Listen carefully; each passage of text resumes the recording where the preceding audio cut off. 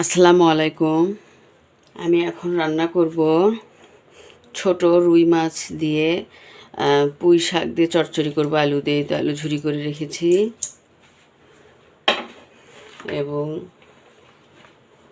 এই তো খুব সুন্দর করে পেঁয়াজ এবং মরিচ কুটে রেখেছি, দিয়ে দিব।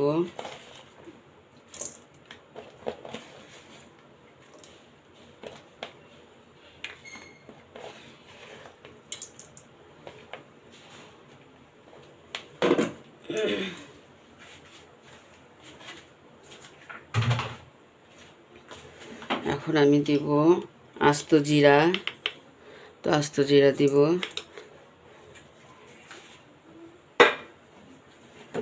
পরিমাণ মতো লবণ দিব, পরিমাণ মতো লবণ এবং পরিমাণ মতো হলুদ।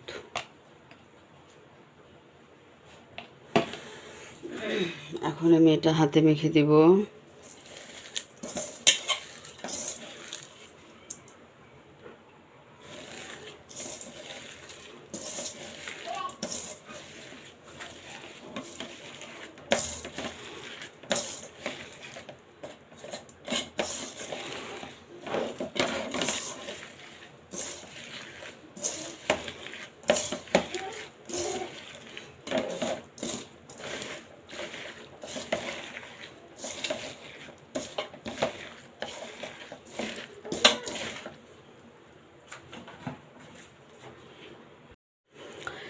এটা এখন তেল দিয়ে দিব।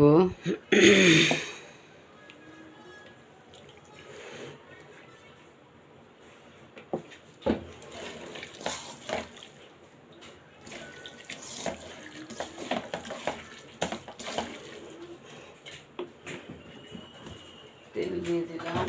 এখন দেব পুঁই শাক।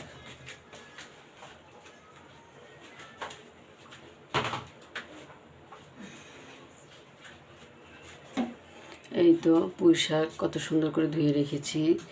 এখন এই পুঁই শাক আমি দিয়ে দিব। সবগুলোই দিব না, কিছু পুঁই শাক আমি ভাজি করব, আর কিছুটা আমি চচ্চড়ি রান্না করব। এই তো দিয়ে দিলাম। এই পুঁই শাকটা আমি চচ্চড়ি করব।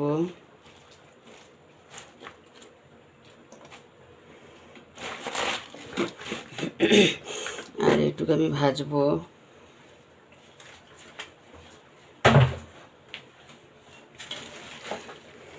কিন্তু এই পুঁই শাকটা আমি দিয়ে দিলাম, এটা চচ্চড়ি করব। শাক আমার ভীষণই ভালো লাগে, খুব ভালো লাগে, কিন্তু শাকটা কোটা এবং খুব সুন্দর করে পরিষ্কার করে ৬-৭ বার ধোয়া, এটাই আমার খুবই কষ্ট হয়, এজন্য আমি খাইতে পারি না। কিন্তু শাক আমার খুব প্রিয়, যে কোনো শাক।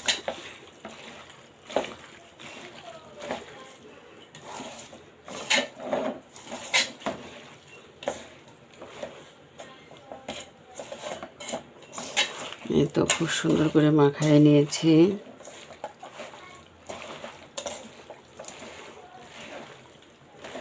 সবচেয়ে ভালো লাগে পালং শাকের চচ্চড়ি।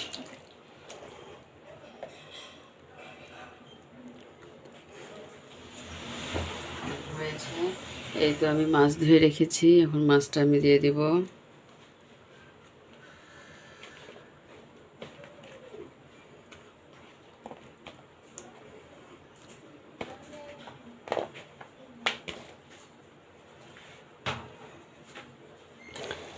আবারও সুন্দর করে মেখে দিব।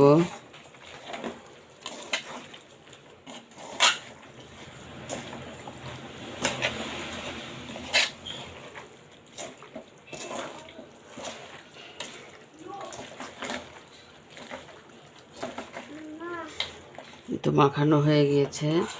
এখন আমি পরিমাণ মতো পানি দিব। যেহেতু শাকের তো পানি বের হবে, এই জন্য বেশি পানি দিব না, সামান্য পানি দিব।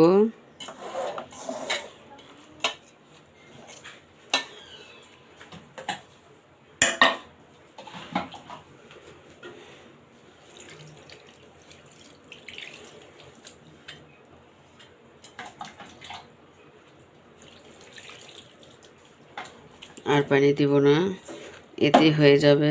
এখন চুলাটা অন করে দিব। এই তো আমার চচ্চড়িটা হয়ে গিয়েছে। এই তো